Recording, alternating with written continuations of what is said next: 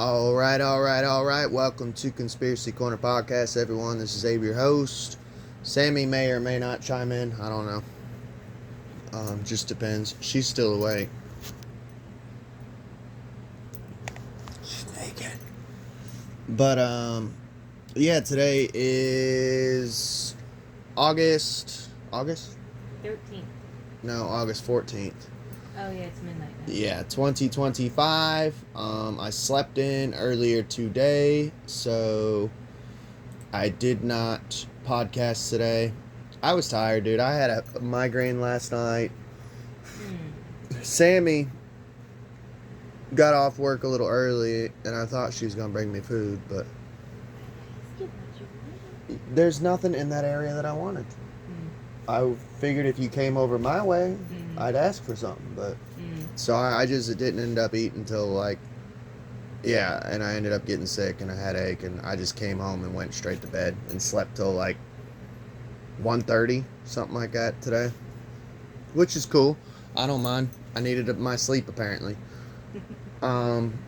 So pretty much besides work was actually pretty good tonight. I got a compliment from my boss, and so this boss, dude, when I first started, he's like stone cold faced, like freaks me out, you know? And the way he speaks is just very precise, very stone cold. So like, I ain't gonna lie, I'm like, dude, this guy seems like a dick. He's actually pretty fucking cool, man. He does run a tight ship, but he's cool. So like the other day, he's like, Abe, I want to talk to you. And I'm like, fuck, man. He's like, I hear you've been working super hard lately. And I'm like, I try to. You know, I told him I come in, I give 100%. You know, I don't give 110, and I don't give anything under 100. I give exactly 100%. Because I hate that phrase of, well, you need to give 110. That phrase, whoever came up with that phrase needs shot in the head. Because there's no such thing as giving 110%. Unless you're getting like some miraculous adrenaline rush in the battlefield, which is possible because I've heard stories of pregnant women like lifting up cars and shit from their, kid that's trapped under it, like after a car wreck. I believe in miracles, and like adrenaline rush, but like that to me is 110. Like, I don't give 110. You get 100%, that's it. You get what you pay for. I'm not going above and beyond, working off the clock, and to me, 110% would be working off the clock. I'm not going to do that. I do buy office supplies for my work, though, sometimes, if I find it on clearance. So, there you go. There's my 110. But anyways, he's like, yeah, dude, like, I hear you've been working, like, super hard lately. And I already know what it is. They want me to, and he's like, they want me to rat on a certain employee who is on their phone a lot, And I'm just not going to do that because for one, that guy has been a friend for years. So he's a friend before a coworker. I've been friends with him for years. And two, he got me the job. So, like, I'm not going to get a job from someone and backstab him et tu brute and, rat on the dude. Does it piss me off? Yes, but I feel like in a way I do owe it to him of like, hey, you got me the job here. You know what I mean? And you guys, if you listen to this podcast long enough, you know how long it took me to get a fucking job, dude. Like I went like 2 or 3 months without a fucking job. And I was trying, clean shaven, sober, smelled good, like going to interviews, but anyways, today he gave me like a compliment, like basically, I went outside to take trash out from inside, and I seen that one of the trash cans right by the door was overflowing, so I took it out, and my other coworker came in, and he's like, did you check all the other trash cans? I'm like, no, Michael, like, I'm in kitchen, dude, I'm not the only reason I went outside to take trash out was because my kitchen trash was full. But I seen that trash was full, so I took it too. I'm supposed to be in kitchen. I'm not supposed to be in the parking lot checking, like, because we have 15 pumps. Like, I'm not supposed to be checking every single trash can. I just seen it was there. I did something nice. And the same boss kind of pulled me aside and he's like, because we were back there alone washing our hands and stuff, and he's like, I appreciate you doing that.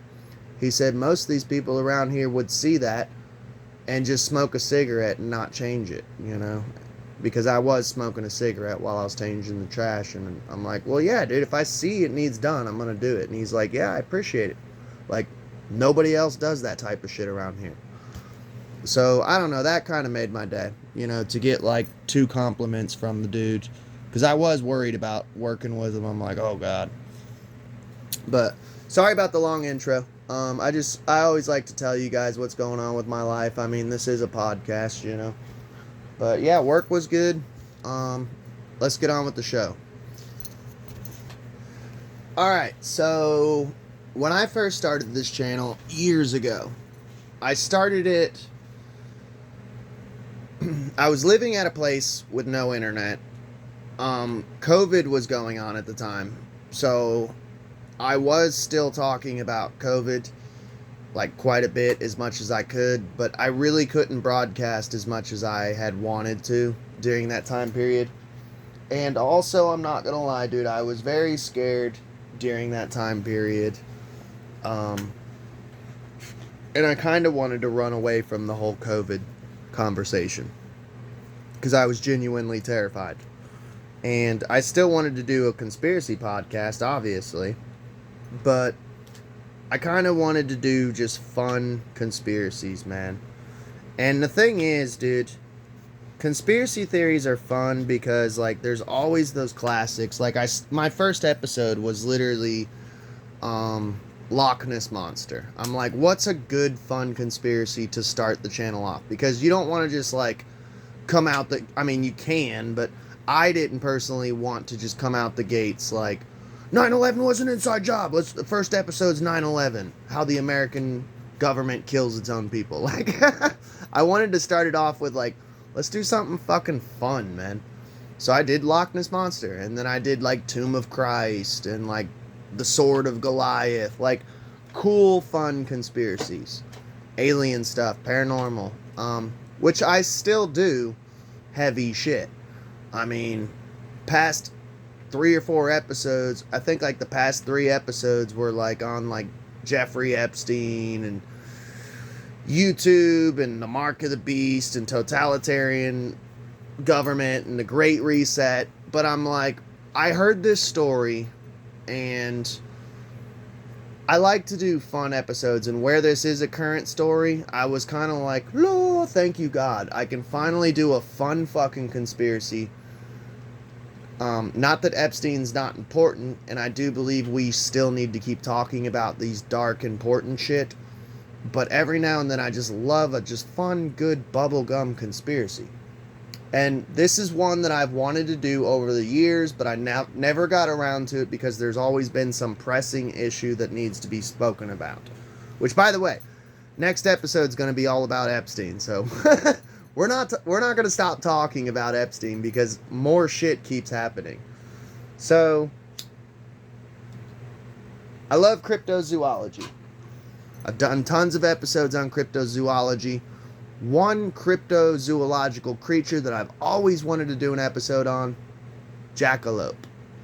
So, here recently, this was 7 hours ago. This is like a current fucking story. Are rabbits in Colorado really growing tentacles? Now, there's been multiple stories. They describe them as black tentacles or horns. And the first thought that popped into my head, jackalope, homie.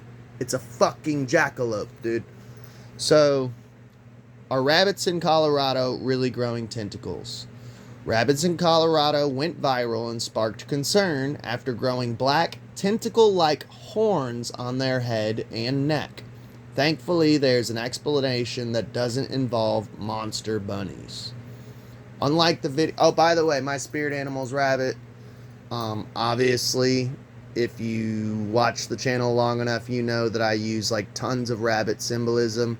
My wife's is actually a deer. which is funny because if a deer and a rabbit had sex, they would make a jackalope, which is a bunny rabbit with antlers, you know. And we'd have a little baby jackalope, dude.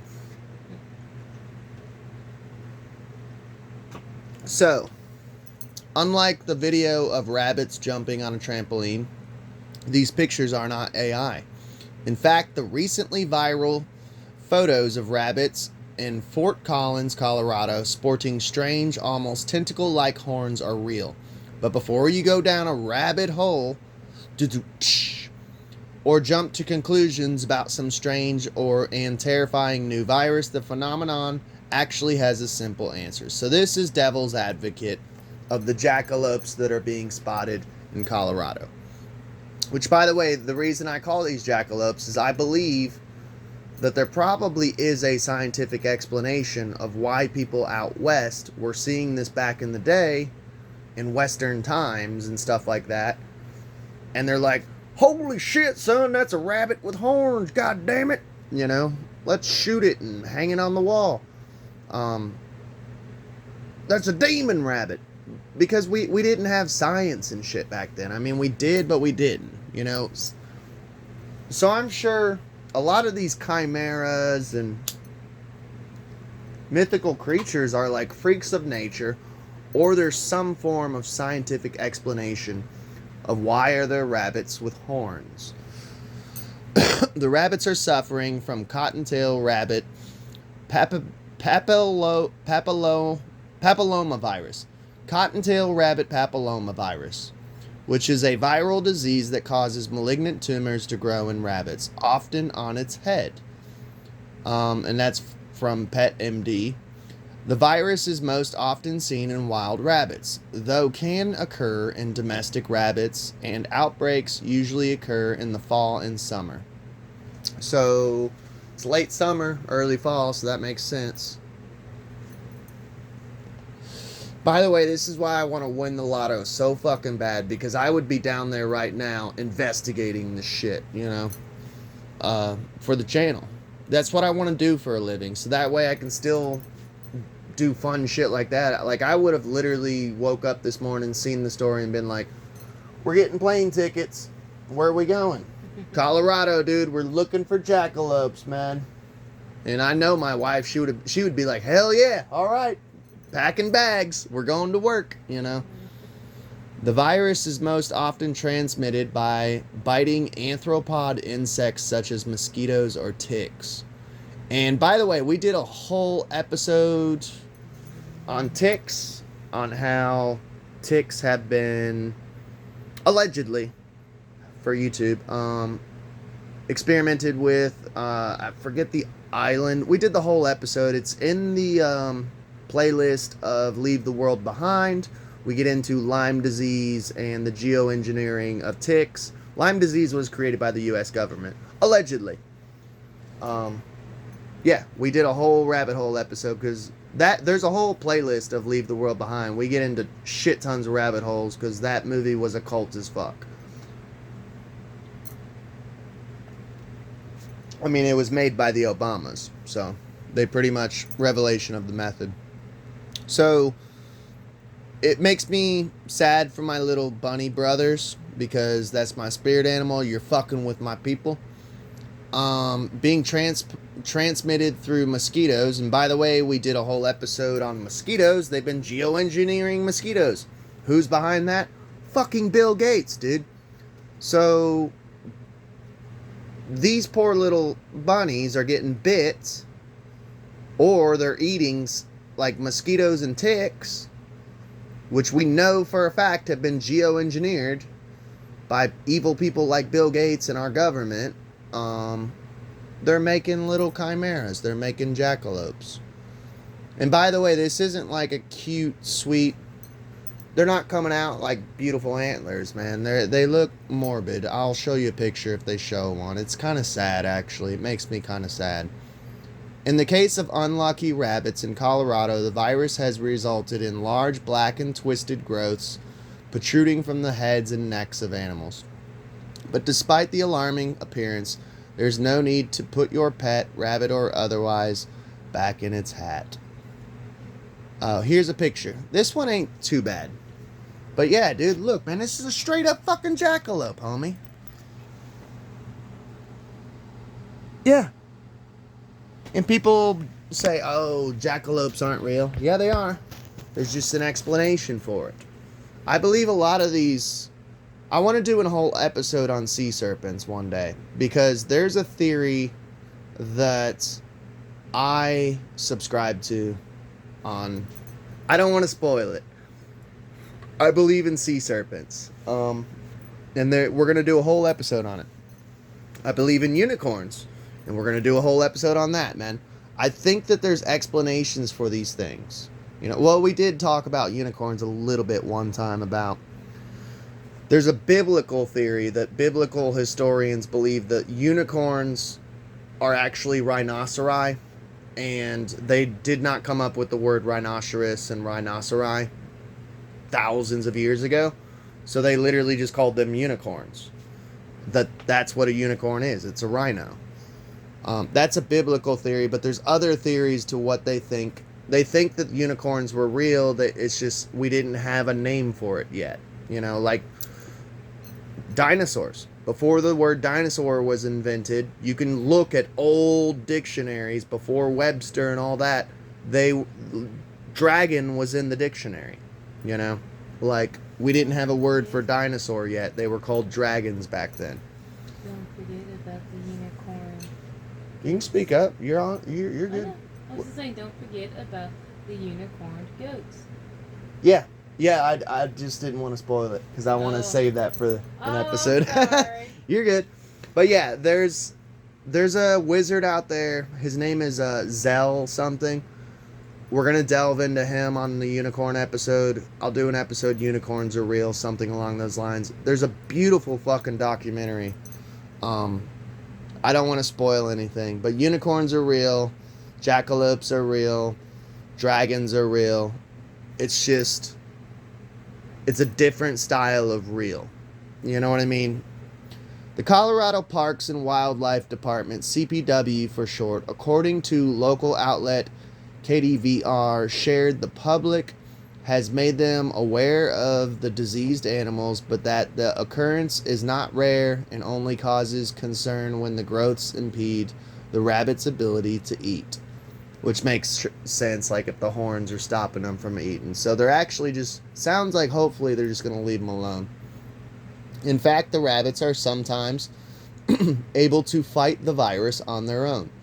There's no overt concern needed for pet owners, CPW spokesperson Kara Van Hoos said per KDVR. We would just say to keep those wildlife principles in mind when you don't have them out.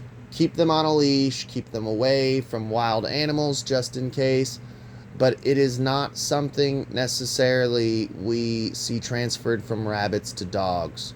Wouldn't that be cool, having like a houndoon? If it got transferred to a dog, it started growing horns. A hellhound, you know? But the alien-like rabbits aren't the only bunnies hopping into the news of late. Fake heiress and a photo shoot, or allegedly they don't. Okay, so that's it. It's like literally trying to hook us with something different. So, we got some more time. I want to get into the history of the jackalope. Since we're talking about real-life jackalopes in recent news, I want to get into the history of the jackalope. This whole episode's about jackalopes. So my theory is that the jackalope is actually probably these bunnies suffering from this virus that we're seeing out west, wild hares. But we're going to get into kind of a history of the jackalope, you know, the cryptid, the legend of the horned rabbit of the West. Jackalopes have migrated from Wyoming across the nation, but what's really known about the mythical creature? One day, young Doug and Ralph Herrick went out roaming the Green Hills, hunting for small game to supplement the family supper. Having bagged a jackrabbit, the brothers returned home and tossed the hare's body onto the floor of their shop in preparation for skinning it, because they had recently butchered a small deer in the shop. A modest pair of antlers already rested on the floor. By a sheer coincidence, that would change the boys' lives forever. The dead rabbit happened to, and by the way, I don't know this story, so it already sounds like some shady shit. Like they're gonna like mount this antlers onto the deer. I already see where this is going. So if I spoiled it, sorry. So they had already butchered a small deer. A modest pair of antlers already lay rested on the floor. By a sheer coincidence, that would change the boys' lives forever. The dead rabbit happened to slide up against the deer's horns as to make it look like the jackrabbit sported the rack. There must have been a long pause, during which the boys stared at the accidental amalgam, wondering what to make of it. Then the big brother Doug, in a moment of inspiration, exclaimed, "Let's mount the thing." So here's a picture of the classical jackalope. That's what it looks like. Little bunny rabbit, deer antlers, man. Little chimera. According to Ralph, that was in 1932, though other sources claim 1934, 1936, 1938, 1939, and even 1940. If Ralph's memory was correct, he and his brother Doug would have been only about 10 and 12 years old, respectively, which I could see growing up a little boy, obviously. I could see me and my little brother being like, wouldn't it be cool, dude, if like, you know, like there was like a wolf, but it had like ram antlers. Like I could see a little kid being like, yeah, dude, that'd be cool. You know, like let's make one. Because I'm sure if they're already skinning animals, they're like hillbillies and shit. They probably know how to do like taxidermy and all that. So of course they would be like, fuck yeah. A bunny rabbit with antlers? Sounds dope. If Ralph's memory was correct, he and his brother would have been only about 10 or 12 years old, respectively, when they invented the horned rabbit mount. It must have seemed a modest accomplishment, especially for the boys who had perhaps not yet received certificates for completing their mail order taxidermy lessons. So you used to just mail order. Yeah, I mean, this was back in like the 30s, so they didn't have internet. They're just kind of like, they probably had like their dad say, like, write a note for them, like, yeah, they know how to do this shit. You know, send us our certificates. Here's $5 or whatever. And they're just like, yeah, that sounds good. You know. So when the brothers sold that now legendary first antlered bunny for the princely sum of $10 to Roy Ball, who displayed it on the wall of the bar in his hotel, La Bonte, pronounced La Bonte, is nearby Douglas. The newly created hybrid animal must have seemed to them miraculous. Using only their imagination, sense of humor, and rudimentary skills as amateur taxidermists, the Herrick boys had created something new. A hybrid animal that would go on to become the most famous, beloved, and profitable taxidermy hoax in the world. That humble Herrick homestead out there on the limitless, rolling Wyoming prairie was the birthplace of the jackalope. So I would love to know if that bar is still open, because that would be cool to see the very first jackalope taxidermy hoax. Which, by the way, people get discouraged by hoaxes and shit. I was listening to a podcast one time, and I think it was Sam Tripoli I was listening to, probably.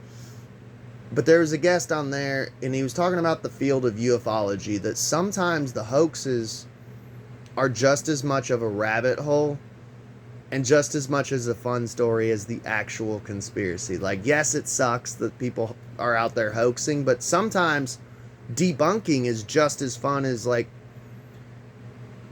delving into conspiracy theory. Like, you guys know me on this channel. I've done several debunk episodes, so I have just as much fun debunking shit as I do conspiring about shit. Like, yeah, this shit might be real, you know?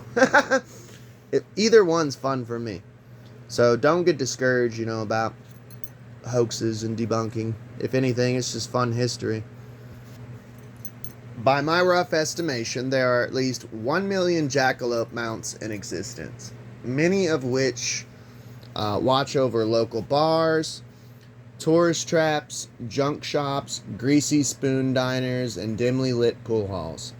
Once rare, the jackalope migrated from Wyoming throughout the West and then across the nation. Antlered bunnies now adorn the walls of watering holes from Los Angeles to Seattle, Dallas to New York. And while the horned rabbit is unalloyed Americana, a genuine artifact of the country's folk culture, the mythical beast has also made its way across the oceans and around the world. What's more, the iconic jackalope mount is just the tip of the iceberg of the hits in Herrick Brothers' invention has inspired. The hoax bunny has spawned not only an endless body of comic lore, but also a thriving cottage industry worth millions.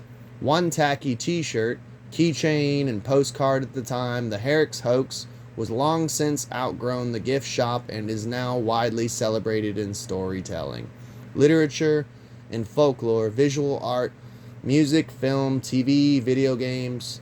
Actually, I think they put a jackalope in GTA 5, if I'm not mistaken. I think, because they do put cryptids in GTA games every now and then, but I think when you go out west in the desert, if you're lucky, you can actually like find a jackalope, like it's hopping around and shit. Kind of cool. And plenty more.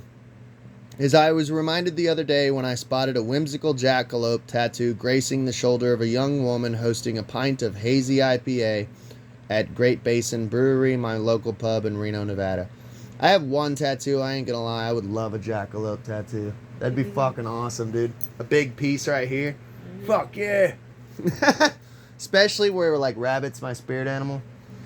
I always wanted either, like, a cute rabbit or, like, a badass one. I had this cartoon in my head, because you guys know I draw cartoons of rabbits. I mean, obviously, you've seen them on older episodes. I used to do title arts of, like, cartoon rabbits. I wanted one of, like, a skinny, like, jackrabbit with boxing gloves. And, like, maybe a piece of his ear missing. His hair's all fucked up. Whiskers all fucked up. Like he's boxing in the middle of fighting or something. I was like, dude, that'd be badass as, like, an arm piece. Like, right here. Little fucking rabbit. Like, you know. But the jackalope is an oddball even among oddballs. Despite the animal's legendary moniker, a portmanteau of jackrabbit and antelope, jackalope is often made from the head of a cottontail rather than a jackrabbit, and mounts are rarely fabricated using the horns of a pronghorn antelope, the wider availability of deer antlers making them the preferred choice. To complicate matters, the jackrabbit, genus Lepus, is not a rabbit, but rather a hare. Of course. While the pronghorn Antilocapra americana is not an antelope, but instead an artiodactyl ungulate, indigenous to North America, the sole survivor of dozen fantastic antilocaprid species which, before the sweeping wave of the Pleistocene extinctions broke over them, roamed the territory now inhabited by jackalopes. But when you are inventing an animal, the sound and feel of the name count for more than its taxonomic precision. Cotton mole deer just does not have the same ring to it. So here's some, like, old postcard of a jackalope. Says purdy. And they're cute, man. So yeah, dude, I just wanted to kind of give a little bit of a history on the jackalopes, and I kind of wanted to learn it with you, because I had my theory of that maybe they could have been, like, real animals or creatures, like hybrids or something. I think you could see a jackalope in the desert, but it's not what you think it is. It has that disease, so it grows horns. Um, but yeah, there's the actual story of like the jackalope legend of like two boys who were experimenting with taxidermy, took a hare and mounted it with antlers on it, you know? It's just fun conspiracy, man. This is one that I've been wanting to cover for years, but obviously, dude, we live in dark times and there's a great reset and there's evil pedophile motherfuckers who are trying to take over the world and kill us all. So it's kind of hard to talk about fun conspiracies like this when there's all this evil shit going on. So when I heard that there's jackalopes being spotted in Colorado, I was like, I'm taking that story, I'm running with it. I don't care if it's a success, I don't care if it's a hit. I want to talk about this. I've been wanting to do fun conspiracies for a while. But yeah, tomorrow I may podcast, I may not, who knows. But the next podcast will probably be on Epstein again, because I'm not going to shut up about Epstein and there's more shit coming out. Epstein or something political, something darker. I just wanted to give you guys a little ray of sunshine, a little ray of funness. By the way, Red Pill Paradigm, I seen that you subscribed to me today. Awesome. So you have been listening. I subbed to you on Spotify. I did hit you back up and buy me a coffee. Which, by the way, if anyone wants to donate, I have buy me a coffee. I found your channel and I put 2 messages out on YouTube. I said, hey, I know you got a podcast. Do you want to do an interview? I'm so stupid and I'm so crazy and life is so busy. I did not think to even ask when you first donated $5 to me. Like, hey, do you guys want to do a podcast episode together?